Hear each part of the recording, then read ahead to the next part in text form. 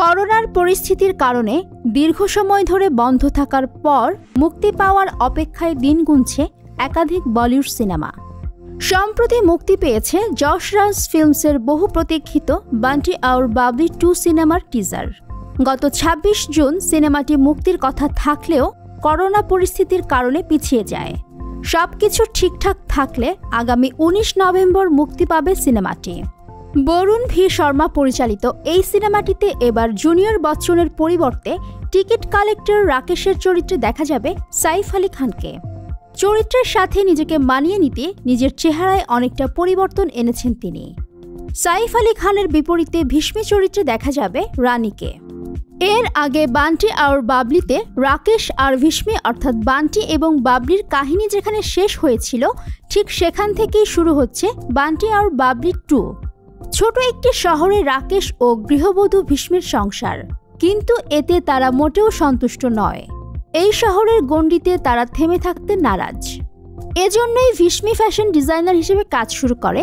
তার স্বপ্ন ছিল মিস ইন্ডিয়া হওয়ার, নিজের পায়ে দাঁড়ানোর। নিজের স্বপ্নকে পূরণ করতে কাউকে কিছু না জানিয়ে বাড়ি থেকে পালিয়ে যায় ভীষ্মী।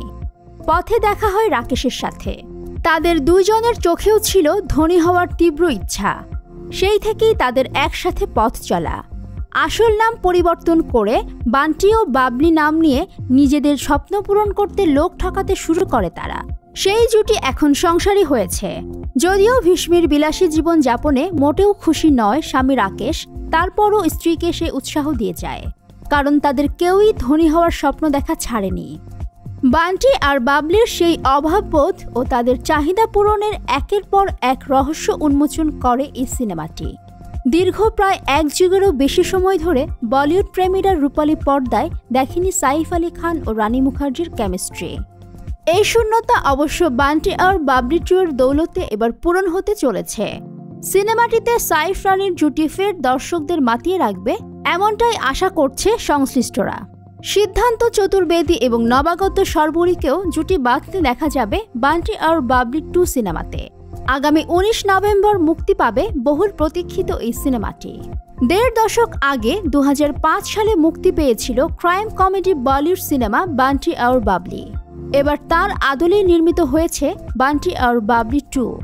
শাদ আলী পরিচালিত বান্টি আর বাবলি সিনেমাটিতে মুখ্য চরিত্রে অভিনয় করেছিলেন রানী মুখার্জি, অভিষেক বচ্চন এবং অমিতাভ বচ্চনের মতো তারকারা।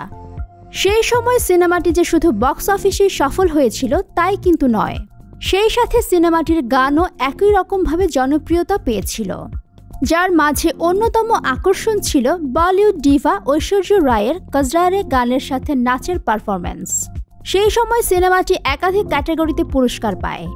সর্বশেষ ১২ বছর আগে একসঙ্গে স্ক্রিন শেয়ার করেছিলেন সাইফ আলী খান ও রানী মুখার্জি। ১২ বছর পর ফের হাম তুম জুটিকে একসঙ্গে পর্দায় দেখতে চলেছেন দর্শকরা।